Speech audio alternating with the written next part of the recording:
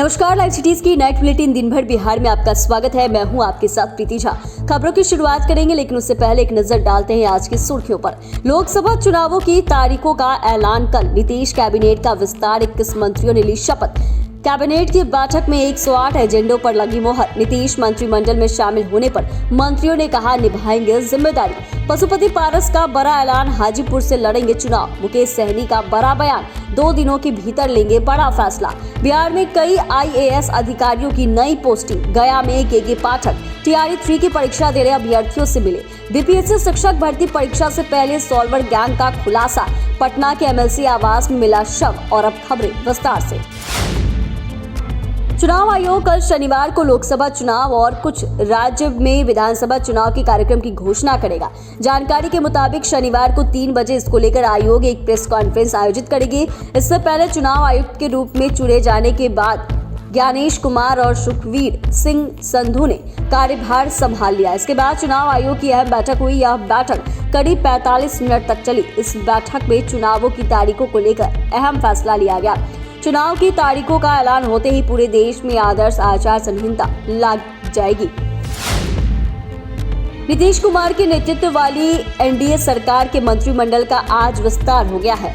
इस मंत्रिमंडल विस्तार में जदयू के 9 विधायकों के अलावा और भाजपा के 12 विधायकों को भी शामिल किया गया है। इस मंत्रिमंडल विस्तार में जाति समीकरणों का पूरा ध्यान रखा गया है, जिसमें 6 सवर्ण, 6 दलित, 4 अति पिछड़ा, 4 पिछड़ा, 1 मुस्लिम शामिल है। सबसे पहले रेणु देवी ने शपथ ली। इसके बाद बारी बारी सभी मंत्री ने मंत्री पद की शपथ ली।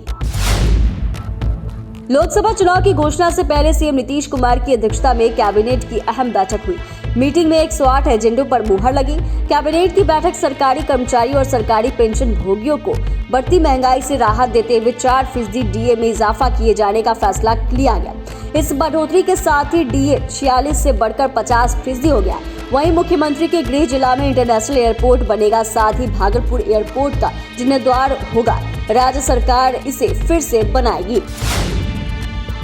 ज़मा खान दोबारा नीतीश मंत्रिमंडल में शामिल हुए। सीएम नीतीश कुमार को शुक्रिया कहा। उन्होंने कहा कि दोबारा भरोसा जताने पर आभारी हैं। जो जिम्मेदारी मिलेगी उसे बखूबी से निभाएंगे। वहीं शपथ ग्रहण से पहले मंगल पांडे बोले कि मंत्री के रूप में काम करने का मौका मिल रहा है। जो जिम्मेदारी मिले उसे पूरा करने की कोशिश करेंगे। नई जिम्मेदारी के लिए पार्टी का आभार। PM मोदी को भी धन्यवाद दिया गया। पशुपति कुमार पारस ने NDA में बगावत कर दी है। पारस के आवास पर राष्ट्रीय लोक जनशक्ति पार्टी के संसदीय बोर्ड की बैठक हुई। इसमें फैसला लिया गया कि पार्टी के वर्तमान सांसद अपनी सीटों से चुनाव लड़ेंगे। इसमें प्रिंस राज और सूरजभान सिंह मौजूद रहे। बैठक के बाद पारस ने अपनी आगे की रणनीति को लेकर साफ कहा कि उन्हें अगर NDA में उचित सम्मान नहीं मिलेगा तो वे अन्य विकल्प तलाश सकते हैं। NDA में शामिल पशुपति पारस ने शुक्रवार को कहा कि राष्ट्रीय लोक जनशक्ति पार्टी प्रधानमंत्री नरेंद्र मोदी और गृह मंत्री अमित शाह से अनुरोध करती है कि जिन 5 लोकसभा सीटों पर हमारी पार्टी के सांसद है वे सीटें हमें दी जाए। VIP सुप्रीमो मुकेश सहनी का बड़ा बयान सामने आया है। उन्होंने साफ कह दिया है कि 2 दिनों के भीतर बड़ा फैसला लेंगे और कहा कि हमारी पार्टी शीघ्र ही लोकसभा चुनावों को लेकर निर्णय करेगी। साथ ही कहा कि इतिहास गवाह है कि BJP कितने धोखेबाज है। उन्होंने कहा कि मेरा एक ही उद्देश्य है कि निषाद को आरक्षण दिलाना।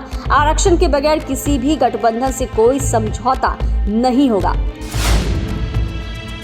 बिहार में कई IAS अधिकारियों को सरकार ने नई पोस्टिंग दी है। कुछ अधिकारियों के विभाग बदल दिए गए, जबकि कुछ को नई जिम्मेदारी दी गई है। वहीं कई अधिकारियों के अतिरिक्त प्रभार सौंपा गया है। इसके साथ ही साथ सरकार ने बिहार प्रशासनिक सेवा के 2 अधिकारियों जो पदस्थापना की प्रतीक्षा में थे, उन्हें नए जिलों में पदस्थापित किया गया है। सामान्य प्रशासन विभाग की तरफ से इसकी अधिसूचना जारी कर दी गई है। नालंदा पहुंचे के पाठक ने अधिकारियों से कहा कि स्कूलों की स्थिति को सुधारें, वैसे स्कूलों को चिन्हित करें जहां सुविधाओं का अभाव है। उसकी रिपोर्ट अगले 2 दिनों में राज्य मुख्यालय को भेजें। उन्होंने कहा कि हर हाल में शिक्षा व्यवस्था में सुधार होनी चाहिए। वहीं राजगीर परिषद में अल्प वेतन पर काम कर रहे सहायक शिक्षकों ने अपर मुख्य सचिव के पाठक को एक पत्र सौंपा, जिसमें वेतन बढ़ाने की मांग की। बता दें कि नालंदा से पहले के पाठक गया पहुंचे, जहां उन्होंने कहा कि सक्षमता परीक्षा के अटेम्प्ट की संख्या बढ़ेगी। साथ ही TRE 3.0 की परीक्षा दे रहे अभ्यर्थियों से बातचीत भी की। बिहार में BPSC की शिक्षक भर्ती परीक्षा का पेपर लीक कराने की आशंका में हजारीबाग पुलिस ने बड़ी कार्रवाई की है। अभ्यर्थियों से पैसे लेकर परीक्षा दिलाने वाले सॉल्वर गैंग पर शिकंजा कसने के लिए पुलिस शहर के 2-3 होटल में छापेमारी की। जानकारी के मुताबिक 3 सॉल्वर को गिरफ्तार किया गया है। हजारीबाग के एसपी ने बताया कि गोपनीय जानकारी के आधार पर छापेमारी की गई है। सॉल्वर गैंग का सरगना हजारीबाग के आसपास हो सकता है। अब तक 3 को गिरफ्तार किया गया है। वहीं 200 से अधिक बिहार के अभ्यर्थियों से पूछताछ की गई है। राजधानी पटना में निर्माणाधीन एमएलसी आवास में एक युवक की लाश मिलने के बाद सनसनी फैल गई।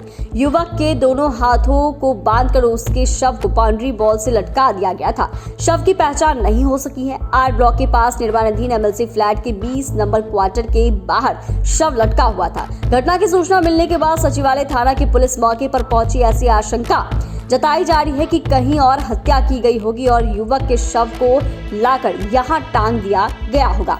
चैनल को सब्सक्राइब करें, फेसबुक पेज को लाइक करें। धन्यवाद।